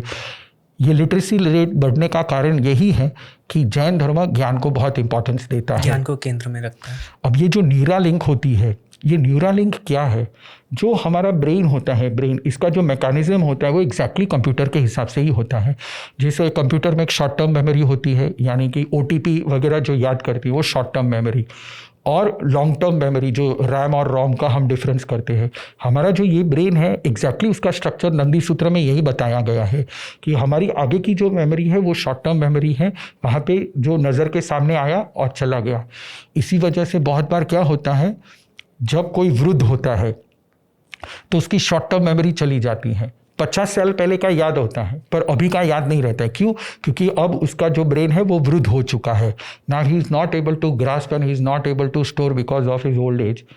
वृद्ध हो जाता है तो उसको जो शॉर्ट टर्म मेमोरी है वो नहीं है, पर लॉन्ग टर्म मेमोरी पहले से जो याद करके रखी वो है। तो ऐसी बहुत सारी चीज़ें हैं। हमारे यहाँ पे तो हेल्थ को भी ज्ञान से रिलेट किया गया है। हेल्थ, आरोग्य। व्हाट इज आरोग्य? आरोग्य इज सेल इंटेलिजेंस, यानी कि हमारी जो कोशिकाएं हैं उनकी जो इंटेलिजेंस है वो है हेल्थ। जैसे कि किडनी फेल हुई, किडनी फेलियर का मतलब क्या? किडनी पहले कचरे को जमा करती थी, निकालती थी, स्प्लिट करती थी। किडनी जिस दिन ये चीज़ भूल जाए, किडनी जिस दिन ये भूल जाए कि मुझे इस कचरे को अलग करना है, जैसे ब्लड आया ऐसे ही ब्लड को भेज दे, दैट इज किडनी फेलियर। यानी कि उसकी इंटेलिजेंस मर जाना, वो किडनी फेलियर है। बॉडी कैंसर का मतलब क्या है? कैंसर का मतलब बॉडी का सेल ये भूल जाए कि मुझे कितना ग्रो करना है, ये अगर वो भूल गया तो वो है कैंसर। तो जैन धर्म में तो हर चीज़ को ज्ञान से ही जॉइंट किया गया है। मंत्र साधना को, यंत्र साधना को, हर चीज़ को रूट में उसको ज्ञान के साथ, और इसीलिए ज्ञान का बहुत इंपॉर्टेंस दिया गया है। और ये जो अवधान है, ये अवधान, धान मतलब धारण करना, और अवधान का मतलब प्रयासपूर्वक धारण करना। तीर्थंकर भगवान जहाँ विराजमान होते उसको कहते हैं समवसरण। शरण का मतलब है ज्ञान प्राप्त करना, और अवसरण का मतलब प्रयासपूर्वक ज्ञान को प्राप्त करना, और समवसरण का मतलब सम्यक प्रकार से भगवान जहाँ पे ज्ञान देते हैं उसको समवसरण कहते हैं। यानी भगवान जहाँ पे विराजमान है वो भी ज्ञान का पीठ है। भगवान तीर्थंकर बनते हैं केवल ज्ञान पाने के बाद ही तीर्थंकर बनते हैं। बनने के बाद तुरंत वो जो कार्य करते हैं वो ज्ञान देने का, प्रवचन देने का कार्य करते हैं। आज भी हमारे यहाँ पे जितने भी चातुर्मास होते हैं, हर साल करीब करीब इंडिया में और फॉरेन में 10-10 हज़ार जगहों पर चातुर्मास होते हैं और वहाँ पे प्रवचन चलते हैं। एक ही चीज़ होता है, ज्ञान दो, ज्ञान दो, ज्ञान दो। जैन धर्म का मूल ज्ञान है और ज्ञान को कैसे बढ़ाना है, उसकी 32 प्रतिभाएं, 14 अवगुण, 15 गुण। यहाँ तक कहा गया है कि अगर आप अपने मित्र की बैकबाइटिंग करते हो, उस व्यक्ति को कभी ज्ञान नहीं देना चाहिए। अगर आपको दिखे कि ये आपका मित्र है जो आपको बहुत मित्र की तरह प्यार देता है, आपने उनको बहुत बार बचाया है, पर अगर वो आपके पीछे आपकी बुराई करता है तो उस व्यक्ति ये ज्ञान के देने के पात्र नहीं है। ऐसे 14 नियम दिए गए हैं कि ये पात्र है, ये अपात्र है, बहुत ही विस्तार से। और टोटल 147 नियम दिए गए हैं कि ज्ञान को कैसे देना है, कौन से नक्षत्र में देना है, कौन सी जगह पे देना है, कौन सी दिशा में देना है, कैसे देना है, ये भी पूरा बताया गया है।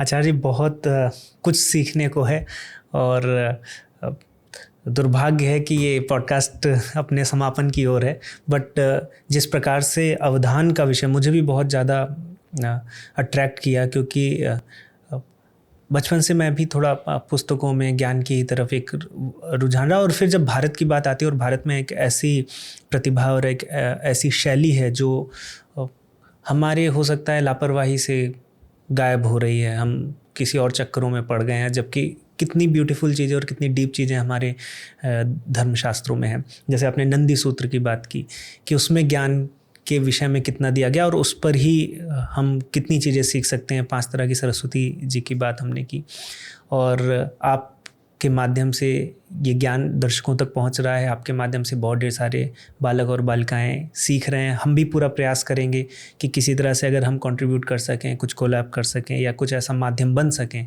कि हम भी हज़ारों दर्शकों तक पहुंच सकें।